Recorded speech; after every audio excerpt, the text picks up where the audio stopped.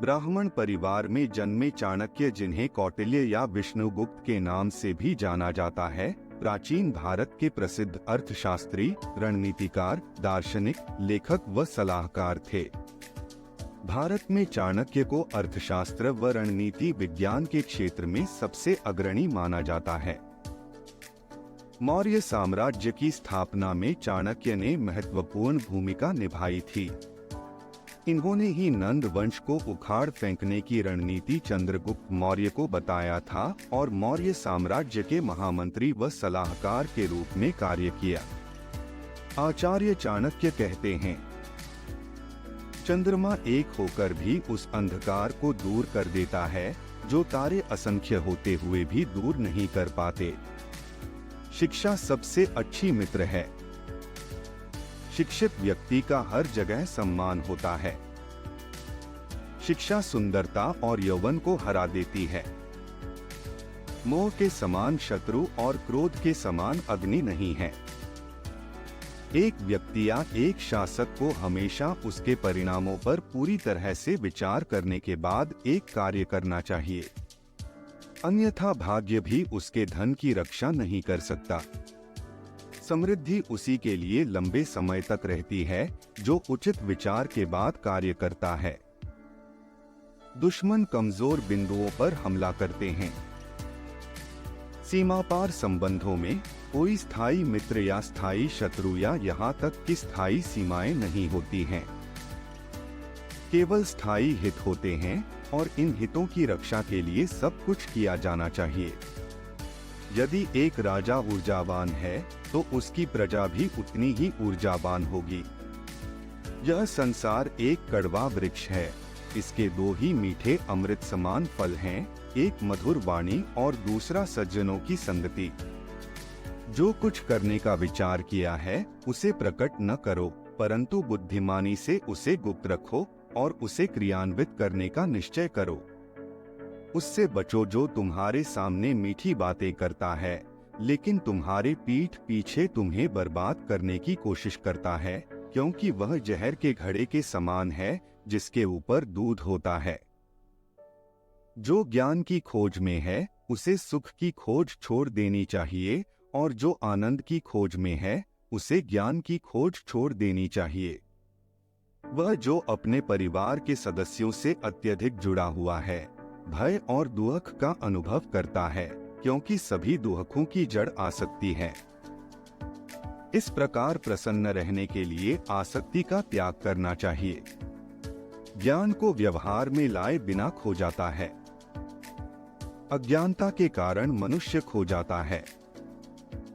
एक सेनापति के बिना एक सेना खो जाती है और एक स्त्री पति के बिना खो जाती है।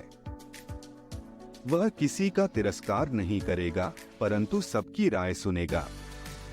एक बुद्धिमान व्यक्ति एक बच्चे की समझदार वाणी का भी उपयोग करेगा। प्राणों की हानि क्षण भर का दुख देती है, परंतु अपमान जीवन में प्रतिदिन दुख लाता है। गरीबी, रोग, शोक, कारावास और अन्य बुराइयां स्वयं के पापों के वृक्ष के फल हैं। जब तक दुश्मन की कमजोरी का पता न चल जाए तब तक उसे मित्रतापूर्ण शर्तों पर रखा जाना चाहिए। सबसे बड़ा गुरु मंत्र है, कभी भी अपने राज किसी से साझा न करें। यह आपको नष्ट कर देगा। भगवान मूर्तियों में मौजूद नहीं है। आपकी भावनाएं ही आपका भगवान है। आत्मा तुम्हारा मंदिर है। जैसे ही भय निकट आए उस पर आक्रमण करो और उसे नष्ट कर दो।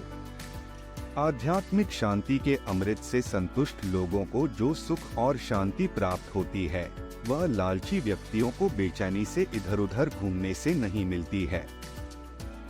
हे ज्ञानी, अपना धन केवल योग्य को दें और दूसरों को कभी नहीं।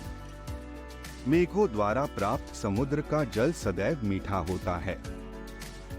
किसी व्यक्ति की सहनशीलता को ध्यान में रखते हुए उसे परेशान न करें।